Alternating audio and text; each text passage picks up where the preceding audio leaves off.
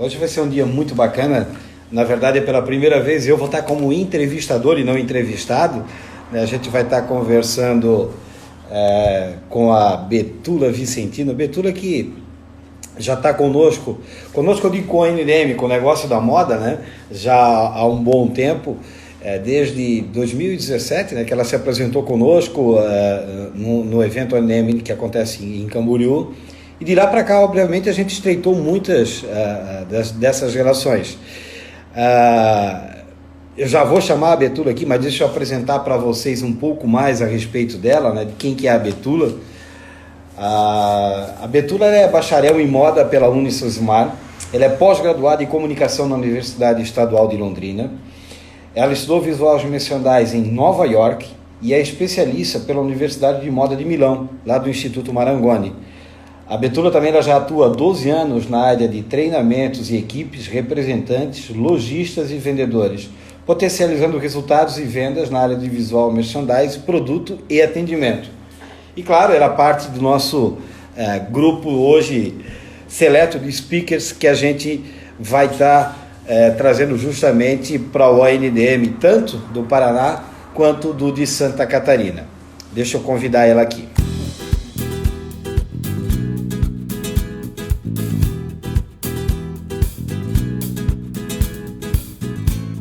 Betula, apresentei as tuas credenciais aqui, né? E, meu Deus, faz inveja para quem é desse universo da moda, né? Essa tua qualificação. E, claro, acredito que isso aí não foram poucos anos para que tu chegasse nesse momento, nessa formação. E outra coisa que eu não passei pro pessoal é que tu és a nossa emicida, né? Além de speakers, tu serás a emicida do ONDM Paraná. É. A nossa mestre de cerimônia, né? Lá no Pois é, eu Paraná, estava depois pensando, o Emicida canta o quê? não, MC, na Sei verdade, é lá, abreviatura. Não, Pois mas é o que é, os rappers utilizam, né? A gente conhece mais Emicida como uma questão de rapper, né? Mas pois é. Emicida justamente significa isso. É o cara que traz a pessoa que traz as pessoas para estarem juntas, né? Que é o mestre de cerimônia. Eu não É, sabia disso, não, e aí eu já estava pensando, eu sou um desastre para cantar, Ivan, não faça isso. tá, vou te chamar para cantar. E... Ai, Nossa. você Ô, sabe, Betudo, Ivan, pode estudar falar. moda é uma paixão desde a minha infância. Eu, com 8 anos de idade, já trabalhava no universo da moda. Só que eu vou te falar, de todas as formações aí, de todos os tempos de dedicação, o que eu mais aprendi foi na estrada. Então, o que eu mais aprendi foi indo vender no balcão como vendedora. Faço isso até Aham. hoje. Gosto muito de ir para venda ativa. Eu acho que a melhor forma da gente entender o que precisa ser feito no contexto de moda é ir para ação e andar com representante. Eu adoro poder viajar com os representantes que a gente vai fazer treinamento e visitar cliente e para a realidade. É chão de fábrica que faz a gente aprender no universo do negócio moda. É porque, Betula, alguma das dúvidas que eu tenho também, por não ser tão envolvido assim nesse processo, né, que seja de visual merchandising, eu não sabia de fato que tem todo esse acompanhamento de estar justamente com o representante na estrada, né, de ter que buscar isso aí. É, então Porque assim, me explica um pouco mais, então, porque isso me deixa curioso. Então, qual que é esse desafio do visual merchandising? O que engloba todo esse teu universo hoje? tá, então vamos lá. A BV Treinamentos é uma empresa que faz treinamentos e preparação de equipe no universo de ponto físico de loja. Então, é visual merchandising, é atendimento, é vendas, é tudo que é relacionado ao que atinge sensorial do cliente final. Então, é o ouvido, qual é a música, qual que é o toque do tecido, qual que é a forma de abordar e falar com o cliente. Isso a gente fala no universo varejo e no universo digital, tá? Que é o digital, junto Uhum. físico com digital. Hoje a gente tem dois universos extremamente trabalhando em ascensão e juntos. Então, eu não me defino mais só como visual merchandiser, né? Apesar de que a profissional do visual merchandising exige uma grande dedicação, porque é um universo enorme que aclopa o VM, desde a arquitetura até a forma de atendimento. Então, hoje a gente fala de produto de moda, de atendimento e visual merchandise. E a estrada é o que ensina, porque é a prática. Eu sou muito prática. Eu acho que a BV Treinamentos tem uma característica muito clara. Se não for para ser prático e verdadeiro, a gente não faz o trabalho. Essa é uma das coisas muito importantes hoje, porque eu suponho que uma das marcas que tu acompanha, obviamente, é a Reco, né? A Reco Lingerie, né? E que faz todo esse trabalho para a Reco Lingerie e que tem lojas e que tem multimarcas em vários lugares do Brasil. Isso. Então, que exige muito estrada, mas que também, ao mesmo tempo, existe culturas diferentes em cada uma dessas regiões. Essa mesma aplicação, por exemplo, que tu vais aplicar, eu vou citar uma cidade, não sei se você tem, mas, por exemplo, Belo Horizonte, né? Tu vais aplicar para um visual merchandise de Belo Horizonte. Tu aplicas isso também para uma cidade do Nordeste, para uma Porto Alegre, por exemplo. São similares a uma identidade visual no visual merchandise para essas mesmas lojas, pensando no caso de lojas físicas, ele é muito próximo disso? Então, hoje, há um tempo atrás, a gente falava muito na moda, pensa qual é a idade, qual que é o perfil da mulher que consome a moda. Hoje a gente não olha mais para a idade, porque a gente entende que não é pela idade que a gente vai achar o cluster do consumidor, o público que consome algo, mas sim o estilo de vida por grupo. Então, assim, não, eu não aplico a mesma coisa em BH do Nordeste. Só que, assim, eu também não aplico a mesma coisa na mesma rua que eu posso ter duas lojas com o mesmo produto. Porque eu tenho que olhar para o público que está frequentando, qual é o perfil, como que funciona, quem que está ali. A partir daí, a indústria tem que olhar para o lojista com esse carinho de ajudar o lojista a alavancar vendas. É isso. A indústria, o fabricante, ele tem que olhar para o lojista e olhar para esse lojista e falar como que eu, como fabricante, posso dar ferramentas para esse lojista vender. Porque vender no varejo não está fácil, ainda mais depois dos últimos 5 anos, que a gente teve uma insegurança na economia. Então, o varejo que não estava estruturado, ele ficou extremamente sensível a fechar os negócios. E agora, com a entrada desse isolamento, potencializou ainda mais. Se a pessoa não conseguir ver a oportunidade que está tendo do universo digital nesse momento, o físico não vai se sustentar. A gente tem aí uns 3 meses de loja física com uma queda de venda de 70% a 90%, dependendo do período de isolamento. Nossa. Da loja física, sim. E aí que entra, que eu vou entrar mais especificamente nessa nossa live de hoje, né? Que a gente titulou de novo normal, né? Então, a gente acaba tendo informações e cada vez acho que vai se tornar uma expressão mais corriqueira para a gente estar falando novo normal, né? Que até então era muito estranho, né? Quem diria que há 3 meses atrás a gente estaria tendo essa conversa que teria tantas dessas situações, né? Eu vou dizer, depois vai ser assim. Olha, se tu me dissesse, eu ia dizer, eu não acredito. Não, eu também. Tudo. Né? Eu também. Tudo. E como é que esse novo normal, isso está sendo para ver treinamentos hoje, para ti, especialmente porque, cara, quando a gente fala de visual merchandising, primeiramente eu penso, claro, de fato, da loja física, né? Mas como vocês estão conseguindo se adequar? Porque esse desafio que tu colocaste do fabricante, de ele ter esse link muito forte com o comprador, e o comprador, quer dizer, essa tua loja, ela está linkada com o vendedor, com o cliente final, porque é um processo, pelo menos nesse primeiro momento, a gente tem 4 segmentos ali fortes, que é uma comunicação que ela tem que ser linkada muito forte uma com a outra para que essa informação chegue no final. Como é que você tem feito isso aí? A primeira coisa é a questão de renegociação com fornecedores, né? As indústrias que eu trabalho, todas estão tendo que renegociar com seu fornecedor, forma de pagamento, forma de entrega, volume e tal. Eu acho que uma das coisas mais preocupantes em relação à indústria de moda nesse contexto é as pessoas pararem de investir no universo da moda, né? Então, a indústria, eu vou parar, vou dar férias para todo mundo, a gente para e volta para o zero. Aí, com certeza, a gente não vai conseguir ter aquela famosa volta em V, que o nosso ministro fala tanto da economia, que a gente tem que voltar de forma ágil, né? Então, assim, precisamos continuar investindo, mesmo que a gente está nesse momento olhando para o escuro, tá? A gente precisa renegociar com o fornecedor, mas a gente precisa continuar fazendo coleção, a gente precisa continuar em contato com o nosso lojista. Fábrica tem que conversar com cada lojista, renegociar prazo de pagamentos, renegociar faturamentos, mas fazer os pedidos, fazer com que o lojista entenda que continuar com os pedidos, não cancelar os pedidos, porque a gente ainda está tendo consumo de uma forma digital.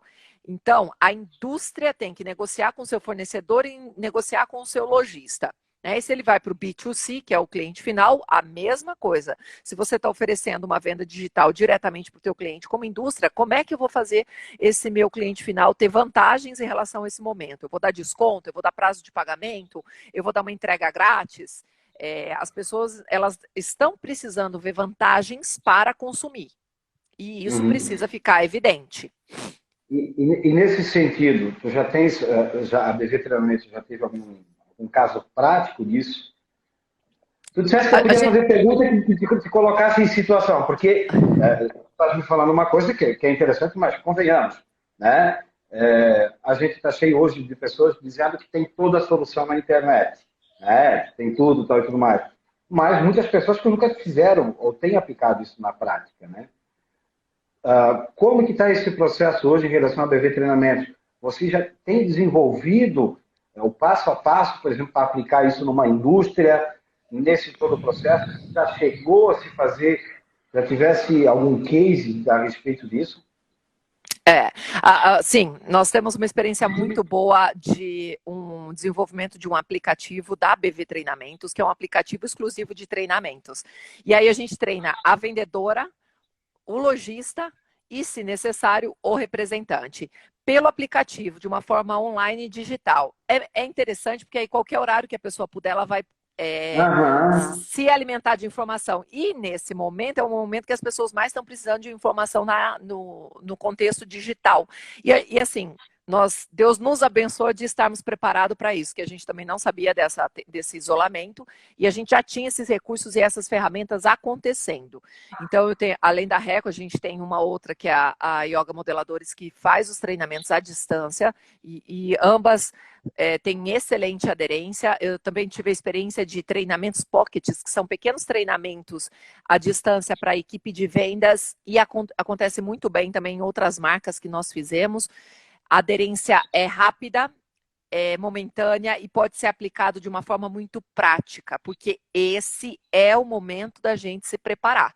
E a BV está fazendo ferramentas não só para venda física, tá? Porque o treinamento até então que eu fazia era para venda física. Hoje não, hoje a gente já tem. A BV já lançou treinamento através do delivery, do digital, do WhatsApp, das mídias sociais. É tudo isso que a gente já está começando agora na experiência. E outra coisa, tem um treinamento nosso muito legal, que é como vender nesse contexto de isolamento, que ele é diferente de um contexto só digital. Né? Ele é um outro contexto. Eu tenho que transmitir uma segurança para o meu cliente quando eu vou entregar o produto na casa dele. É um treinamento mais robusto para esse momento. Treinamento da entrega desse delivery. Quer dizer, já está bem adiantado, já entramos nesse processo todo, quer dizer, tu já treinou a tua lojista, tu já treinou a vendedora do teu lojista, tu tem o treinamento para essa venda para o cliente dela, né? E como que é essa questão, por exemplo, desse treinamento de entrega? Tu já tens isso também, então? Já. Tudo isso, passo a passo de como higienizar para fazer entrega, como entrar em contato. Outra coisa, esse momento, Ivan, a gente detecta que não é o momento de eu querer fazer venda para lucro. Hoje é o momento que o foco do treinamento é se relacionar. E pela primeira vez na história do mundo, a gente está vendo um posicionamento de vendas de produto de moda extremamente diferente do que a gente já teve. Antes, as pessoas vinham buscar um produto. Do produto eu oferecia um serviço. Eu vou te dar uma consultoria de como usar essa roupa. Né, ou uma informação de como fazer isso. Em seguida, eu oferecia um relacionamento. Então, ela comprava um produto, eu oferecia um serviço, e aí a consequência podia ser um relacionamento. Hoje a gente inverte toda essa ordem. Quando a gente vai para o digital, no momento de isolamento social, a gente primeiro está se relacionando com as pessoas. Olha como muda todo o contexto. Eu primeiro me relaciono, eu mando uma mensagem querendo saber como é que você está, querendo tratar o meu cliente antes de venda e antes de serviço. Eu estou focando em pessoas e eu vou me relacionar. Me relacionei, depois eu entrego um serviço e, consequentemente, eu entrego no final um produto. Então, inverte toda a ordem de venda que a gente já teve na história inteira do mundo, que era produto primeiro, produto entra em terceiro lugar hoje. E isso não só para o universo da moda, isso em qualquer contexto de mercado que exija relacionamento para entrega de um produto, de um serviço, qualquer coisa. Hoje, o relacionamento vem antes de serviço e produto. Cara, em quanto tempo vocês conseguiram fazer isso? Porque, convenhamos, né? Tudo isso, estás falando isso na minha cabeça, eu estou pensando em cada etapa desse processo, o processo de instalação disso, de capacitação das pessoas disso, porque nós estamos aí 45 dias, 46 dias. Tá? Eu estou falando no nosso caso aqui de Santa Catarina, acredito que seja similar de vocês também, daí de Maringá, daí do Paraná, que seja mais ou menos esse tempo. Porque na minha cabeça isso leva um tempo para que se instale esse processo. E isso já vinha sendo feito ou vocês fizeram isso, tiveram, vamos fazer, como é que estava isso antes disso, Beto? Ivan, eu tinha viagem marcada até outubro, tá? Agenda fechada de treinamento presencial. Foi tudo cancelado.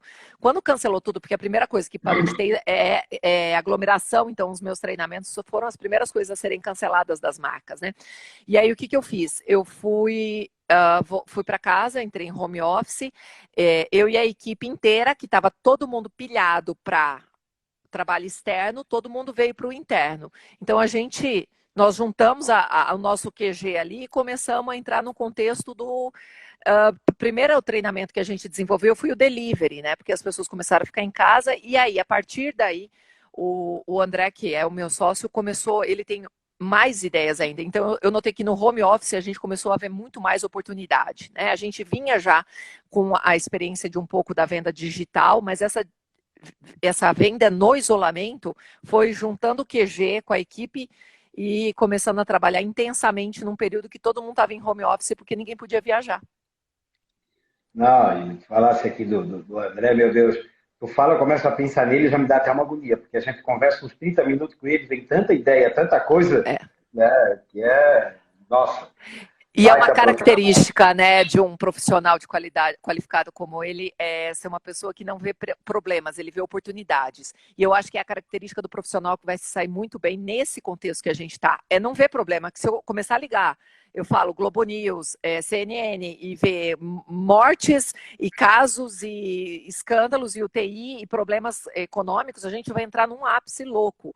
Vamos parar e vamos olhar para o nosso negócio e falar qual é a oportunidade. Porque apesar de ser um contexto muito sério, eu não estou tirando a seriedade desse vírus e dessa circunstância. Perfeito, né? perfeito.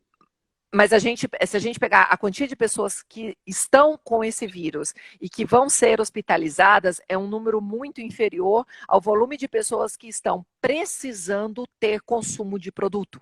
Tá? Porque a gente cai num erro de achar que as pessoas estão dentro de casa, elas só vão consumir comida e farmácia, só o que é básico. Gente, roupa é básico, as pessoas precisam se vestir, as pessoas precisam de conforto, as crianças crescem, os adolescentes... Verdade.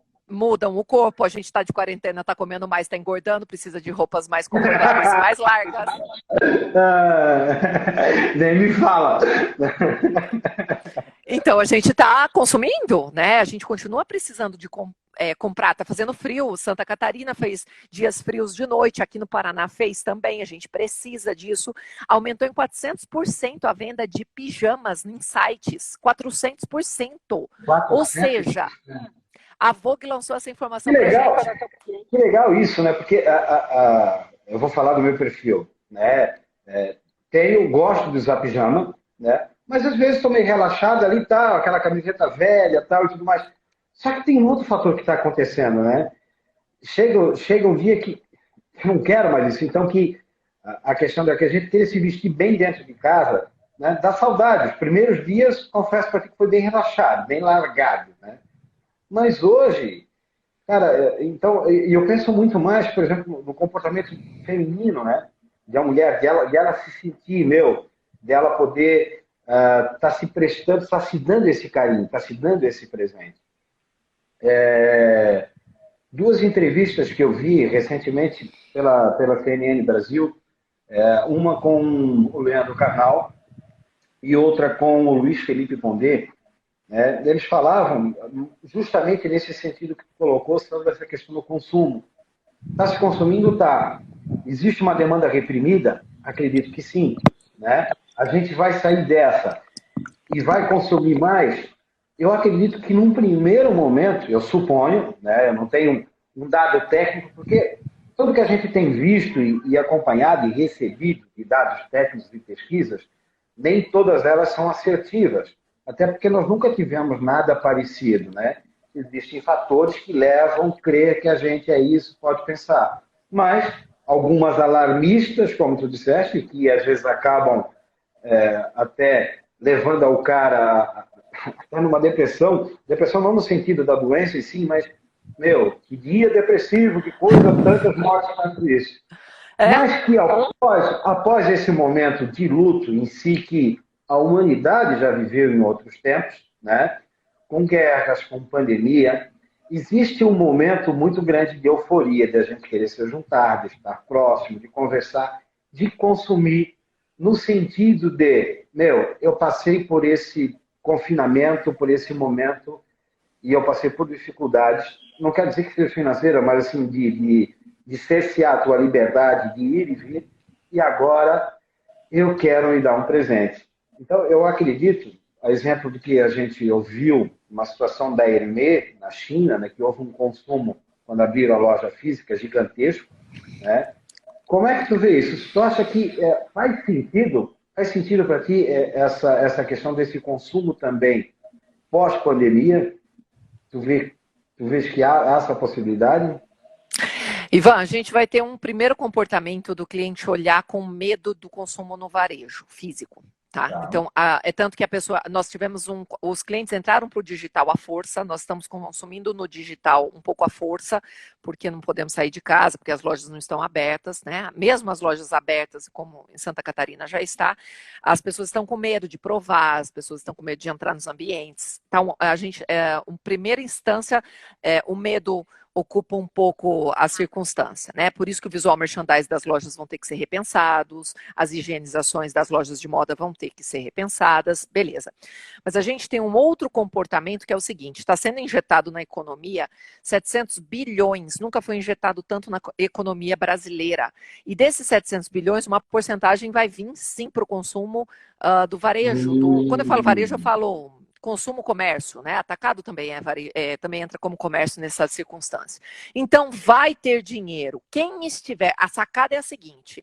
Quem estiver preparado para atender de forma consciente, de forma digital e física, e da melhor qualidade, com consciência de que mudou a forma de atender, mudou o físico da loja, mudou como que eu vou oferecer os produtos, a preferência do cliente mudou também. Quem estiver preparado vai abocanhar grande parte dessa economia. Esse é o X da questão, entendeu? As pessoas vão ter um pouco de receio, vão ter um pouco de receio, vão demorar um pouco para voltar a consumir, mas existe necessidades. Eu estou com um contexto com a minha bebê que eu preciso de roupa com urgência. Né? Então, não é é necessidade. E aí, onde é que eu vou consumir? Em quem está preparado. E até nós temos uma pergunta aqui. Depois, gente, tem um ponto de interrogação, se vocês quiserem, façam perguntas, depois que a gente vai estar trazendo também aqui. Mas falasse do teu bebê, mas de um outro fato, tá? E o bebê nasceu, quer dizer, quem teve um parto, quem teve um bebê agora, vai fazer o quê? Né? Pois é, e as mães estão desesperadas, porque as marcas abandonaram os clientes, isso não pode acontecer. O que acontece? As empresas, e não liga que eu sou exagerada, é porque eu não entendo uma loja abandonar o seu cliente nessa hora, é a hora que o cliente precisa de atenção, é relacionamento. A minha gestante precisa de um telefonema, precisa de mensagem, eu vou na casa dela se precisar, entendeu? Fazer o que for necessário, eu tenho que entregar para ela o meu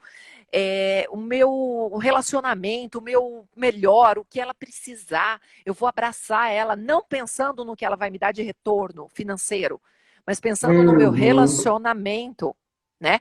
É a hora que as marcas têm que aproveitar o contato, aquela listinha, que seja o sistema com contato, vai no WhatsApp, vai no celular.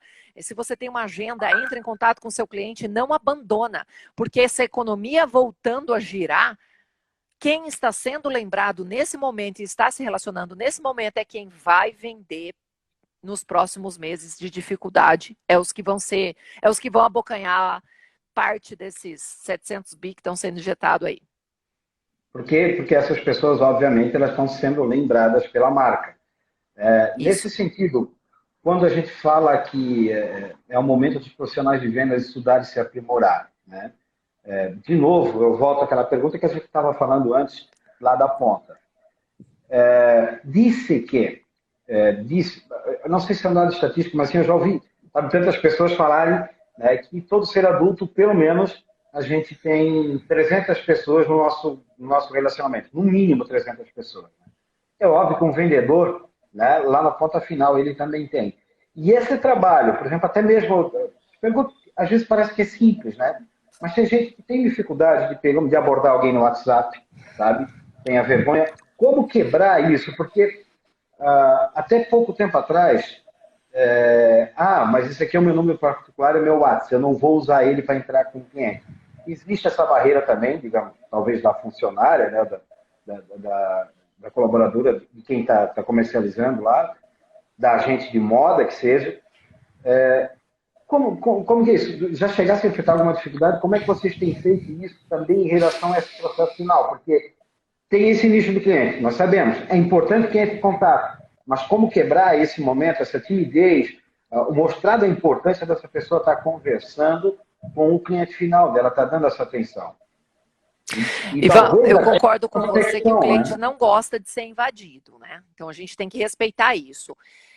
O vendedor que não gosta de se relacionar, ele está no ambiente de trabalho errado. Tá? Aquela vendedora que chega e fala, eu não gosto de ficar conversando com as pessoas, eu sou tímida e não gosto. Não quer dizer que vendedora não tem que ser tímida, tá? Você pode ser tímida e gosta de conversar com as pessoas, se relacionar, beleza? Mas a principal qualidade de um vendedor é saber se relacionar, é conversar, é bater papo, é essa troca, é o rapport que a gente fala, é a troca de informação, é saber como é que tá a pessoa, é se preocupar integralmente e de forma verdadeira com o outro, né? Isso se chama empatia, se colocar no lugar do outro. Então, essa é a característica principal de um vendedor. Tá? Se a pessoa não gosta de se relacionar, ela está no trabalho errado, porque vendedor tem que saber se relacionar em primeira instância. E vendedor, seja qual for, representante, vendedor de loja física, loja digital, loja varejo, atacado, se relacionar. Esse é o momento de se relacionar. Você não vai mandar o WhatsApp para o teu cliente mandando foto de produto e falando o que ele quer comprar. É hora que eu vou virar né, mandando foto do catálogo digital. O cliente está em pânico dentro de casa fechado.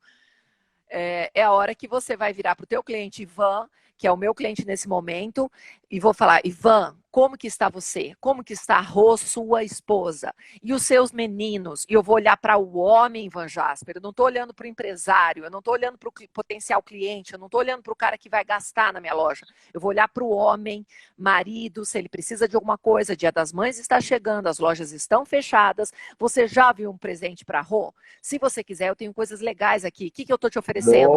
Um produto? Não, estou te oferecendo uma solução. Eu estou olhando para a pessoa do outro lado, né? E isso é o X de nós olharmos para a pessoa do outro lado como um indivíduo, como um ser que precisa de ajuda e não como um cara que vai assinar o cheque para mim. Que legal. E falando dessa questão de humanidade, né? Agradecer a todo mundo que está interagindo aqui. Deixa eu pegar os nomes aqui. A Netânia, o André, o Guilherme, a Vestimenta da Memória, o Marcelo, Nosfera, que teve num evento conosco em Blumenau. Contigo não, na verdade, comigo e com o Eduardo, né? O Rafa, esposo do Léo, né? Beijo para eles. Então, a Catiane. Legal a gente estar com todo esse pessoal aqui. Essa entrega, quando eu falasse, parece que ela estava muito esquecida, né, Betula? Dessa questão da humanidade, né? E essa questão muito mais de dar atenção, porque eu falo até por mim, muitas vezes assim, no afã de negociar alguma coisa, a gente nem olhava e entendia, e fazia as perguntas, aquelas perguntas óbvias e práticas. Disse que o brasileiro, a gente tem o hábito de perguntar, oi, tudo bem? E já vai conversando, mas no intuito de supondo que está tudo bem com a pessoa, de fato. E a gente faz essa pergunta, né? E que aí outros povos dizem, oi, como você está? Quer dizer, que dá essa liberdade. Parece que isso é a mesma coisa, mas não é. Então, percebendo isso, desse treinamento, né, que consegue desenvolver, porque, vamos entender, por mais que a pessoa ela possa ser uma boa vendedora, mas ela deve ter, às vezes ela pode ter alguma dificuldade com tecnologia, independente da idade.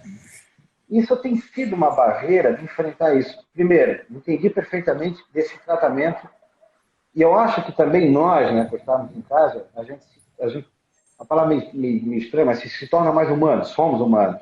Mas, de fato, essa questão do carinho. Mas como é que é essa barreira, por exemplo, no primeiro momento de alguém que nunca teve, ou que teve, e vamos entender que ninguém quer dizer que está por fora, que não está entendendo. Ah, você sabe dominar isso? Sim, eu domino. Mas às vezes a pessoa não domina, né? Porque o que é óbvio, às vezes é óbvio só para a gente, não necessariamente para esse vendedor do final da ponta. Como é que tem sido isso, Betura? Umas etapas e ferramentas que são fundamentais, que os vendedores, gerentes e profissionais que trabalham atuando com vendas respeitem. Então, são ferramentas mesmo. Por exemplo, tenho dificuldade de me relacionar. A gente cria ferramentas para que a pessoa siga aquelas instruções e consiga entender etapas de como que eu começo um relacionamento de bate-papo. Gente, é um relacionamento de trabalho, né? Como que você começa um bom bate-papo? Se eu viro para você e falo, bom dia, senhor Ivan, posso te ajudar? A tua resposta vai ser, não, obrigado, só estou dando uma olhadinha. O que eu falo? Eu mudo a conversa, eu não vou falar posso te ajudar, porque a tua resposta vai ser só quero dar uma olhadinha. Né? Então, o que eu tenho que falar para trazer desse Ivan uma informação? E nós passamos todas as ferramentas para fazer isso, desde forma física até de forma online. Pelo WhatsApp, se eu mandar, olá, tudo bem? Vocês estão bem? Quando puderem, entre no nosso site, nós estamos com saudade de vocês, clientes. Acabei de mostrar para todo mundo que eu dei um Ctrl+C, Ctrl+V, encaminhei essa mensagem para um monte de gente e você não faz diferença nenhuma para mim. Mensagem que aparece encaminhado, mensagem que dá cara de conota que eu estou mandando para um grupo de pessoas. Não, eu tenho que fazer toda a venda seleta. A partir de agora, isolamento quer dizer venda seleta. Se eu estou falando com o Ivan, eu vou pedir como que está ele, como que está a esposa, colocando o nome da esposa e como que estão os filhos.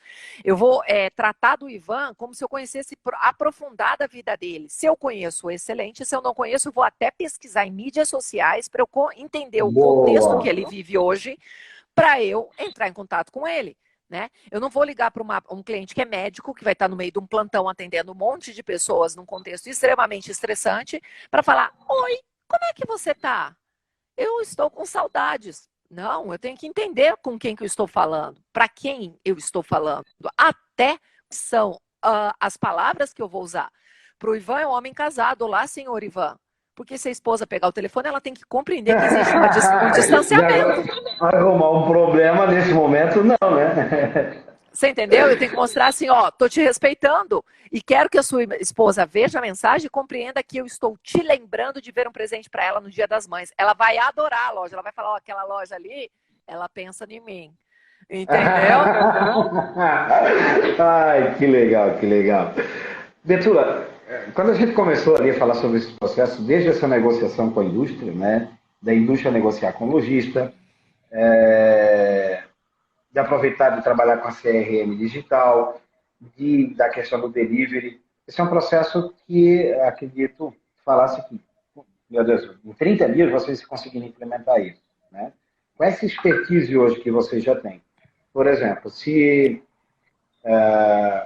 alguma outra empresa, eu tenho tantas lojas, eu vendo para tantas lojas e eu quero implementar isso.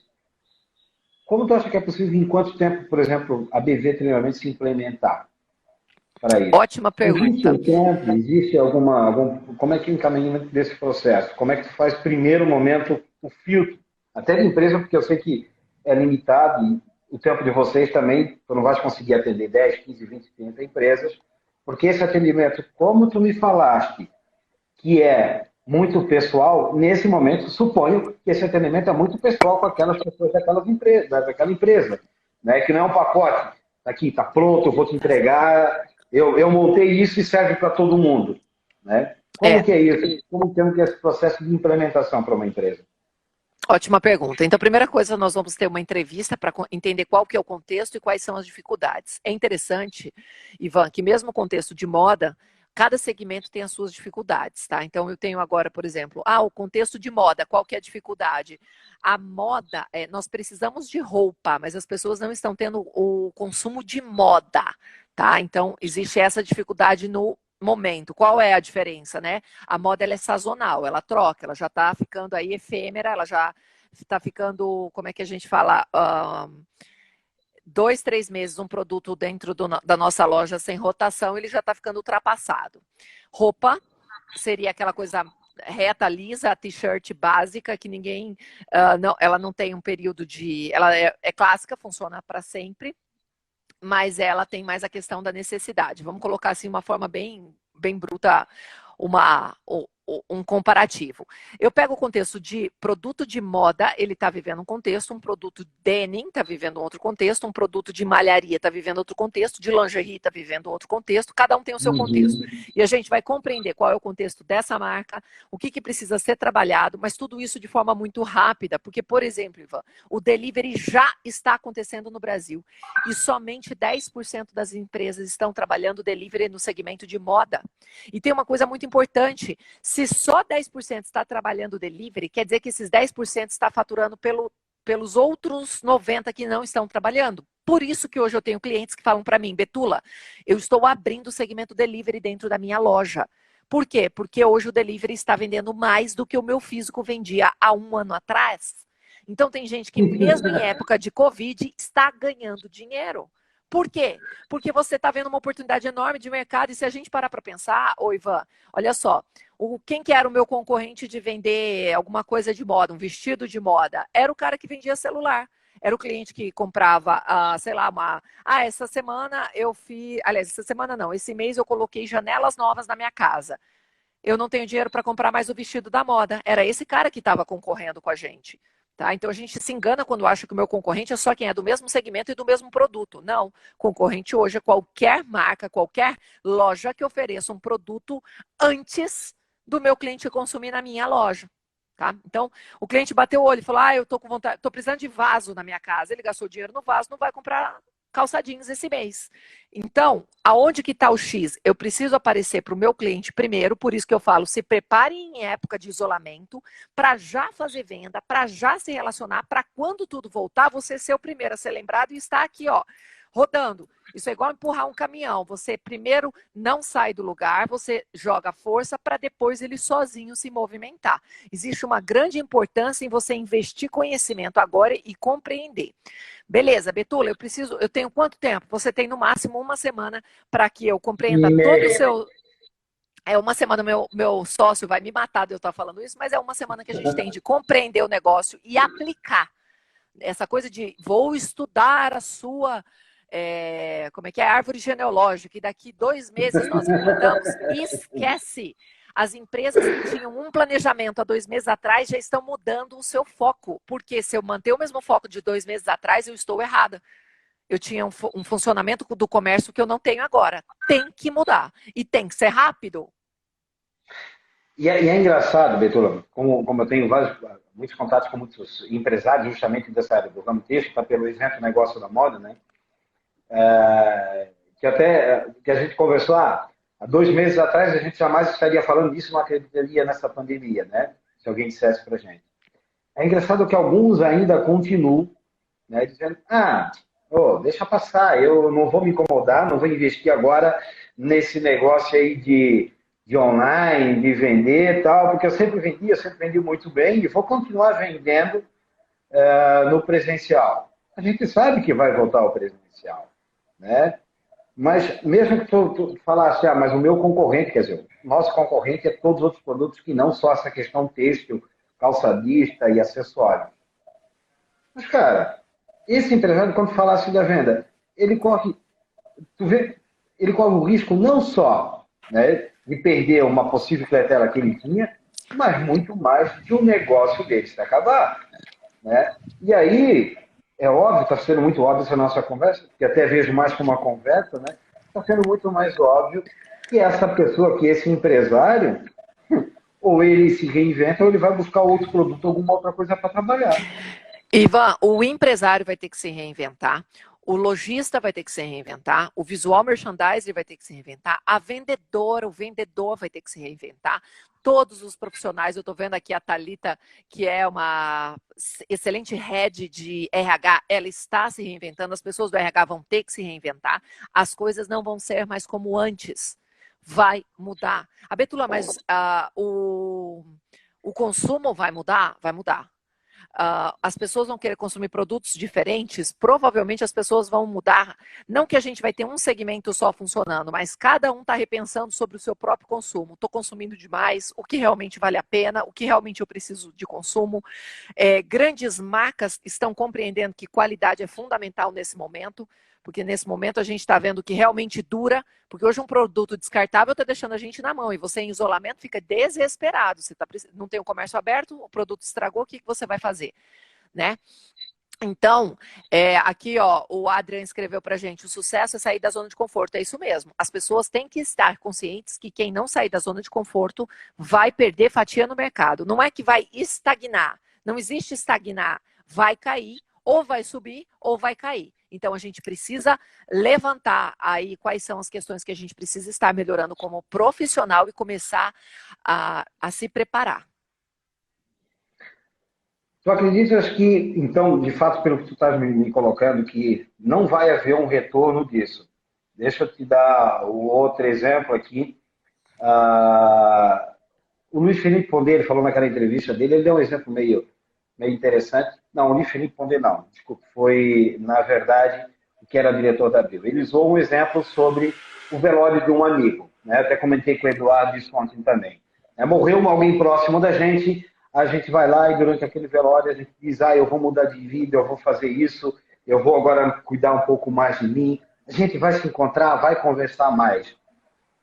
Tu não vês isso como um fato, nesse primeiro momento? Isso vai de fato mudar? E eu falo porque às vezes eu sou cético em relação a isso também.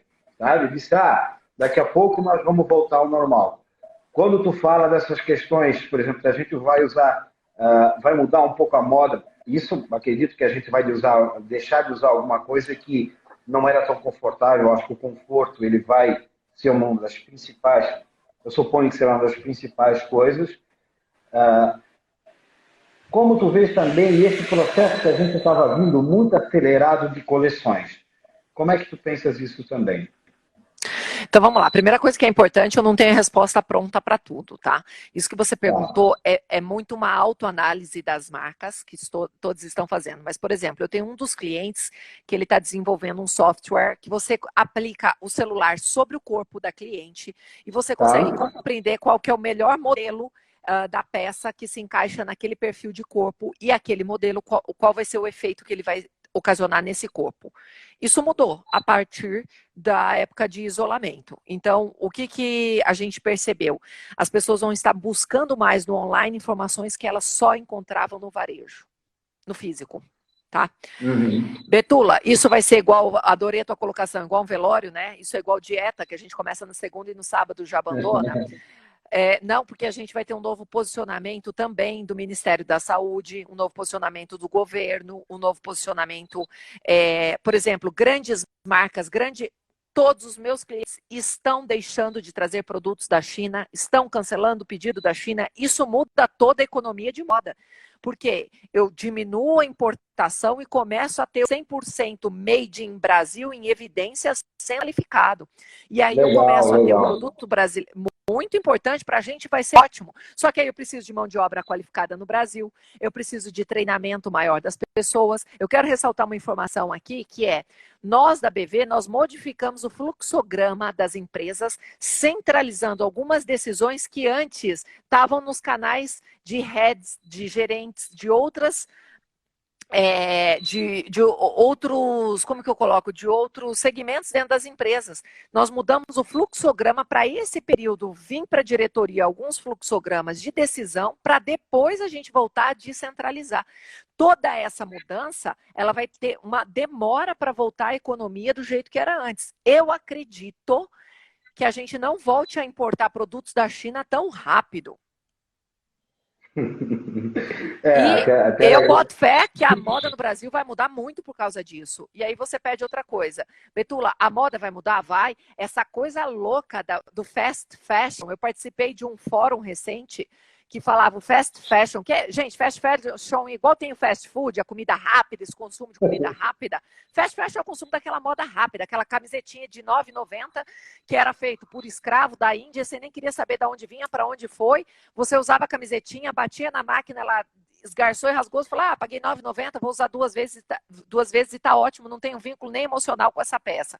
Isso vai cair drasticamente, é tanto que as lojas de departamento já estão se reposicionando como marca para vender muito mais conceito e muito mais estilo do que simplesmente um produto barato que seduzia em primeira instância. Isso muda todo o segmento da moda. A gente começa a pensar numa moda que conta história, de uma moda consciente ecológica, que a gente até então não tinha isso, porque a China vendia para a gente preço, e a gente comprava a ideia de que preço e moda tinha que ser um consumo rápido. Não, eu tenho que ter um produto de qualidade, que vista bem para mim. Você sabe uma coisa que já está voltando? O pessoal a buscar costureiras.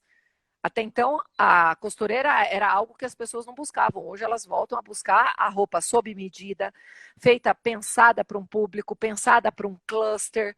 Então, a gente volta a algo mais artesanal, algo menos industrial, né? Não que a indústria vai deixar de existir, mas uma indústria com um ritmo mais humano, né? Porque a gente estava num ritmo desumano. Os grandes estilistas mundiais estavam já reclamando de ver produto, depois de 4 semanas, o produto que ele lançou na passarela queimando em promoção. Isso acaba com o emocional de qualquer pessoa. Fora que o produto dessas grandes marcas, né, dali a 2, 3, 4 semanas, como tu dissesse, já estavam lá, alguma coisa muito próxima. Tu via a identidade dela na Zara, tu via a identidade dela na marca, mas na Renner, na Marisa, nessa, naquele. Quer dizer, tu fez todo um trabalho de desenvolvimento, né, com o teu estilista, com o teu design, e daqui a pouco apresentou isso e muito rápido já está nesse outro lugar. Deixa eu falar aqui também da Ediane, que está aqui conosco, da Camila, da Simone, da Catiane, do Léo, da Gabi Rios, do Eduardo, da Simone aqui, a Tassiane Soares, o Júnior da Circo, estamos com uma audiência pesada, boa aqui. A Júlia Baruf, da marca Laci Baruf, e tantos outros aqui. Beijo, uma querida, dividi o palco com ela no ANDM. Que massa, que massa. Quando a gente fala, e eu vou te colocar numa situação, não sei se vai ser estranha, mas assim, vamos lá.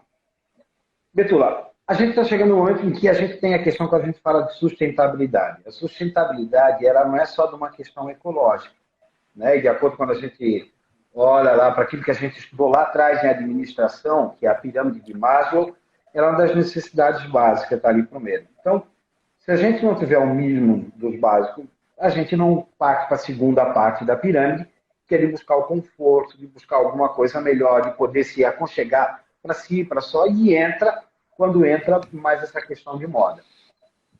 Se eu tiver um produto similar feito no Brasil e um produto similar feito na China, né, com as mesmas características, com os mesmos valores, preços, é quase que óbvio que eu escolha a questão do produto brasileiro. Mas se houver uma disparidade muito grande, né, disso, eu não acredito que as pessoas, nesse primeiro momento, vão entender mais classes C, D e E, eles vão ter essa possibilidade e vão adquirir o produto brasileiro. Acredito que ainda vão optar por uma questão preço. Como que tu vês isso? Excelente observação. Antes de pandemia, nós tínhamos o cliente olhando para preço. Pós-pandemia, nós vamos... pós-pandemia, meu Deus, de onde eu tirei essa palavra? Pós-pandemia, criei um nome para o Covid. Pós-pandemia, nós vamos ter pessoas olhando para o Made in Brasil. Sim. Nós vamos ter pessoas olhando para não só o ecológico do reciclável, que é uma forma superficial de falar de ecologia, nós estamos já vivenciando o cliente solicitando a procedência dos produtos, a procedência das marcas, a procedência das costureiras. Eu não posso consumir numa Zara se eu sei que a procedência, né, igual já aconteceu um escândalo, que a procedência vinha de uma mão escrava. Mas hoje, o que mudou, que eu acho fundamental, é que não é só o formador de opinião que vai querer um produto consciente. Não é só formador de opinião de moda, né, que era ali 5%, nem isso, 2%, 3% da população. Hoje, a massa das pessoas brasileiras vão começar a entender que ter um produto brasileiro faz diferença para a economia. Aonde nós estamos vendo isso? As redes que estão sendo criadas para consumo do produtor local, para não fechar o negócio dele, consuma da loja pequena, para ajudar na economia pequena, para ajudar no empresário pequeno. Então, a gente está vendo as clusterizações são os grupos pequenos se apoiando regionalmente a cultura regional e a cultura nacional. Legal. E quando a gente fecha para importação de produto chinês, a gente muda toda a história da precificação. Isso agora está fechado, tá? As grandes empresas que eu trabalho, nenhuma está trazendo produto da China. Eu acho que mais para frente, acredito eu, que a gente tem um posicionamento econômico dos governadores, dos presidentes e mundialmente falando, que é uma taxa de imposto maior para começar a melhorar a economia. Quando você investe 700 bilhões, você precisa gerar emprego. Fora a questão de se pensar só financeiramente, né, existe a questão do dólar, né? É isso a gente aí. sabe que a indústria têxtil brasileira, durante um bom tempo, ela não buscou, mas pensando na indústria, né? A gente tem um déficit de maquinário muito grande. E essa globalização que a gente viveu, na verdade, ela é preocupante, porque agora a gente está sentindo isso. Imagina os países europeus, nós ainda temos alguma coisa da cadeia, mas boa parte dos países europeus, das suas marcas, todo o design, ok, continuava na Europa, mas a fabricação, tudo em países asiáticos, e não só a China, né? Então, outros países também próximos, ali, Vietnã, Taiwan. Taiwan, os outros países também continuavam essa fabricação ali, né? Então, de como... Ivan, eu estudei na Itália há uns... gente, acho que faz uns 8 anos que eu estudei na Itália. E lá eu estudava visual merchandising, mas a quantia de chineses que estudava moda era grandioso. Eu estou para te dizer que mais da metade dos alunos eram chineses. Ou seja, os chineses já estavam há mais de 10 anos colocando estudantes no universo da moda para criar moda na China. Tá? Então, a gente vem com essa cultura, vamos criar a mão de obra do estilista no Brasil para ele mandar um modelo para a China trazer a matéria-prima ou trazer esse modelo. A China estava produzindo, estava colocando já formador de opinião em relação à moda, porque a ideia dela era invadir, né, o universo da moda, porque ela já estava produzindo e ela iria invadir. Fizeram uma observação muito boa aqui, colocaram, ainda temos dificuldade culturalmente de gente que vai fazer enxoval de bebê fora do Brasil. É verdade, inclusive o que eu mais treino nos clientes que abordam infantil, juvenil, é um grupo do qual eu treino a capacitação do vendedor para fazer além do que os Estados Unidos não entrega. Estados Unidos a gente tem dificuldade de comunicação, o dólar aqui está alto, a questão, eu volto a falar, a falta de informação. Se você pega um profissional hoje que trabalha com um serviço qualificado para vender para esse público, ele ganha daquele fornecedor externo, porque ele está dando informação, ele está dando solução de problema, ele está trazendo para você oportunidades de troca que a gente tem dificuldade no externo. Então, esse tipo de profissional é o que o mercado já está querendo agora. É o profissional que ele não vai oferecer seu produto. O produto você entra na internet e consegue. Só que eu, por exemplo, fui comprar um fone. Entrei na internet, fone de ouvido. Não entendo nada de fone de ouvido. E na internet ninguém conseguia me transmitir isso bem.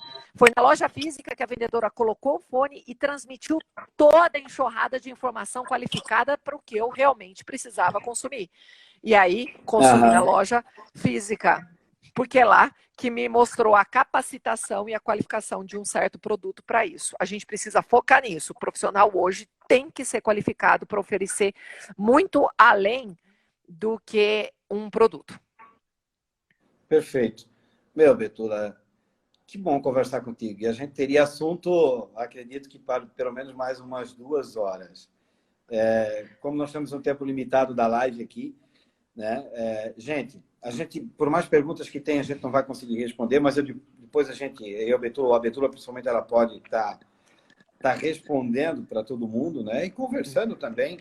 E, Betula, como é que está nesse momento, digamos, me deixa um recado final da BV Treinamentos, de vocês, se alguém desejar estar conversando com vocês, de tentar implantar, né, esse sistema do farol agora, desse desenvolvimento, ter essa nova luz para essas empresas que até então, né, estavam interessantes, estava legal, mas, cara, que precisa, né, ter esse novo mercado e entender muito mais disso. Por favor, Betula. Então vamos lá. Primeira coisa, a BV busca a verdade em primeira instância. Aliás, em primeira instância, a BV procura Deus. É Deus que nos mostra as oportunidades, que mesmo nas dificuldades, as oportunidades aparecem, certo? E nós somos muito agradecidos por Deus nos dar esses caminhos de buscar pessoas e ajudar pessoas, e é isso que a BV gosta de fazer. A empresa inteira com todos os seus participantes, que são grandes parceiros que nós temos. Depois, a verdade em primeira instância. Nós não vamos oferecer a solução das coisas, nós vamos oferecer as ferramentas para que as coisas aconteçam. A BV acredita sim numa mudança extremamente positiva nesse novo contexto de mercado. Nós acreditamos sim que todo mundo pode crescer como pessoa e consequentemente como profissional e até futuramente aumentar seus resultados depois desse período de isolamento, vamos colocar desse jeito, tá?